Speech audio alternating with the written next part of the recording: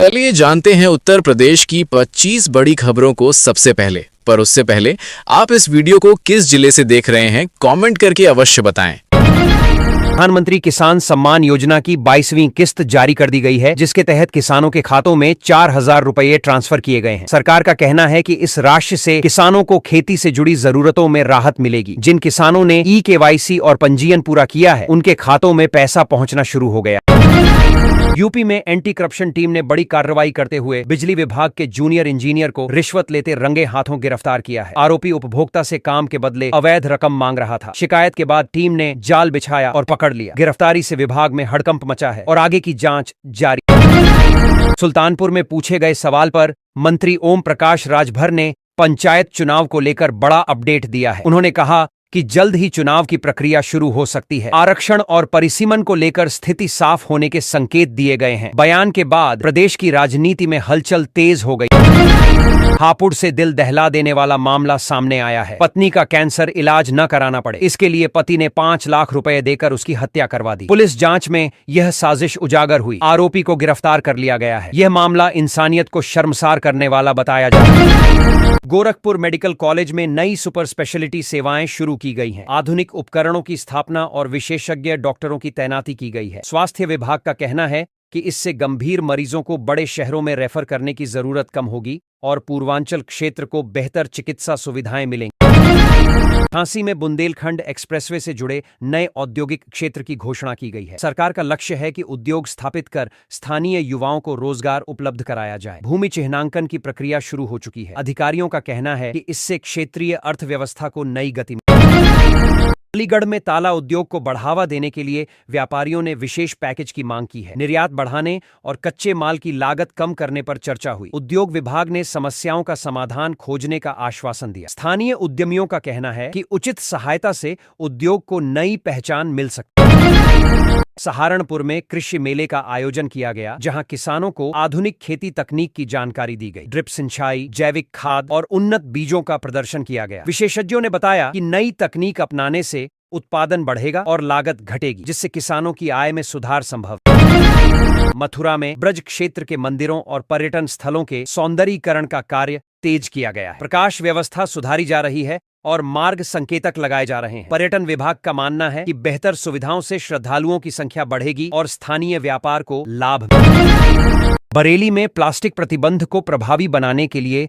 विशेष अभियान चलाया गया। बाजारों में निरीक्षण कर प्रतिबंधित प्लास्टिक जब्त की जा रही है। नगर निगम ने दुकानदारों और नागरिकों से पर्यावरण अनुकूल विकल्प अपनाने की अपील की है। अधिकारियों का कहना है कि इससे प्रदूषण नियंत्रण में मदद मिलेगी। आगरा में ताजमहल के आसपास हरित क्षेत्र बढ़ाने के लिए वृक्षारोपण योजना शुरू की गई है। पर्यावरण संरक्षण को ध्यान में रखते हुए स्थानीय प्रजातियों के पौधे लगाए जाएंगे। विशेषज्ञों का मानना है कि इससे वायु गुणवत्ता सुधरेगी और ऐतिहासिक स्मारक के संरक्षण में भी सहायता मिलेगी। फिरोजाबाद में कांच उद्योग के कारीगरों के लिए प्रशिक्षण कार्यक्रम शुरू किया गया है। नई मशीनों और आधुनिक डिजाइन तकनीकों की जानकारी दी जा रही है। उद्योग विभाग का कहना है कि कौशल विकास से उत्पादों की गुणवत्ता बेहतर होगी और अंतर्राष्ट्रीय बाजार में प्रतिस्पर्धा बढ़ेगी। बलिया में गंगा कटान से प्रभावित गांवों के लिए राहत और पुनर्वास योजना पर कार्य शुरू हुआ है। प्रशासन ने सर्वे कर प्रभावित परिवारों की सूची तैयार की है। सहायता राशि और सुरक्षित स्थान पर बसाने की योजना बनाई गई है, ताकि लोगों को स्थायी समाधान मिल सके। चित्रकूट में धार्मिक पर्यटन को बढ़ावा देने के लिए नई बस सेवा शुरू की गई है। प्रमुख तीर्थ स्थलों को जोड़ने वाले रूट तय किए गए हैं। प्रशासन का कहना है कि इससे श्रद्धालुओं को सुविधा होगी और स्थानीय लोगों के लिए रोजगार के अवसर भी बढ़ेंगे। जौनपुर में हस्तशिल्प कारीगरों के उत्पादों की प्रदर्शनी आयोजित की गई। स्थानीय कला और कढ़ाई को राष्ट्रीय बाजार तक पहुंचाने का प्रयास किया जा रहा है। अधिकारियों ने ऑनलाइन बिक्री प्लेटफॉर्म से जोड़ने की योजना भी साझा की, ताकि कारीगरों की आय में वृद्धि हो सके। शाहजहांपुर में जल संरक्षण अभियान के तहत तालाबों की सफाई और पुनर्जीवन का कार्य शुरू किया गया है। ग्रामीणों की सहभागिता से पुराने जलस्रोतों को पुनर्जीवित किया जा रहा है। विशेषज्ञों का कहना है कि इससे भूजल स्तर सुधरेगा और भविष्य में पानी की कमी की समस्या कम होगी। एटा में रोजगार मेले का आयोजन किया गया, जिसमें विभिन्न कंपनियों ने युवाओं के साक्षात्कार लिए। प्रशासन ने स्थानीय युवाओं को अपने जिले में ही नौकरी के अवसर देने का प्रयास किया। चयनित अभ्यर्थियों को प्रशिक्षण के बाद नियुक्ति दी जाएगी, जिससे रोजगार दर में सुधार की उम्मीद। लखनऊ में नगर विकास विभाग ने शहर के पुराने पार्कों के पुनर्विकास की योजना शुरू की है। बच्चों के लिए नए खेल उपकरण और ओपन जिम लगाए जाएंगे। अधिकारियों का कहना है कि इससे नागरिकों को बेहतर मनोरंजन सुविधाएं मिलेंगी और हरित क्षेत्र भी सुरक्षित रहेगा।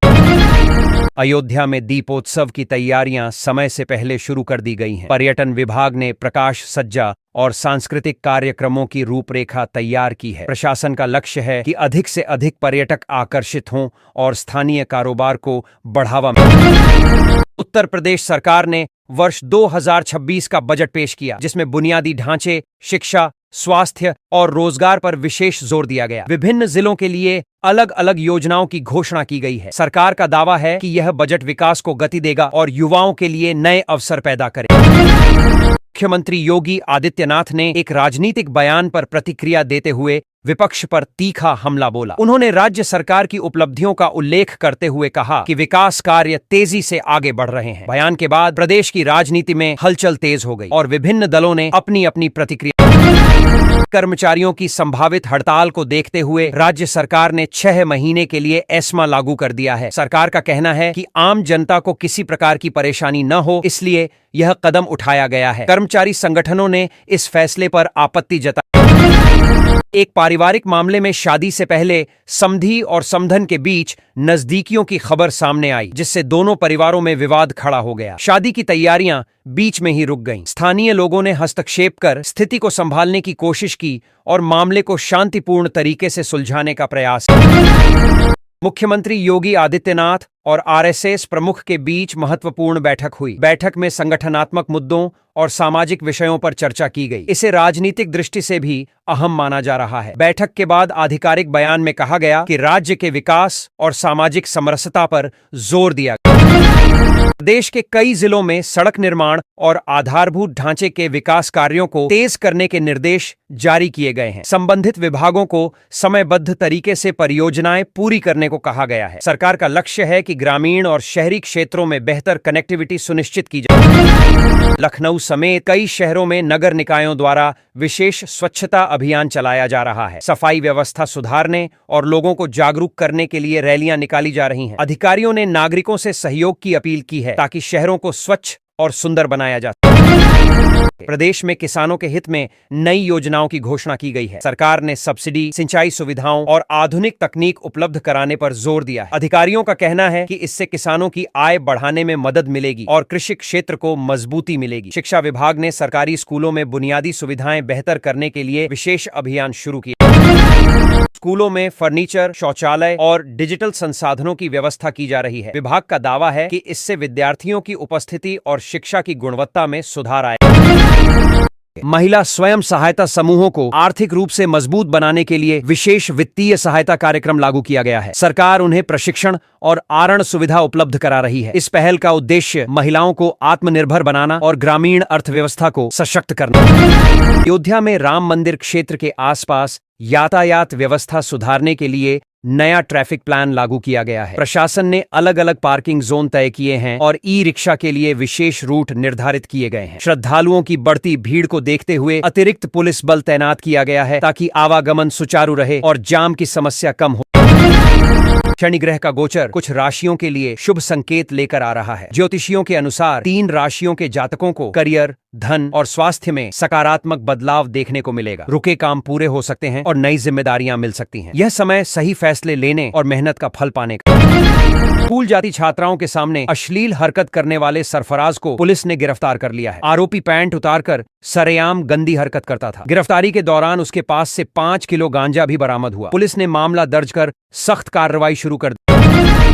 एक आईएएस अधिकारी ने सादगी की मिसाल पेश की है। उन्होंने अपनी बेटी का एडमिशन आंगनबाड़ी केंद्र में कराया और महंगे प्राइवेट स्कूल को नहीं चुना। अधिकारी का कहना है कि सरकारी संस्थानों पर भरोसा होना चाहिए। इस फैसले की सोशल मीडिया और प्रशासनिक हलकों में खूब सराहना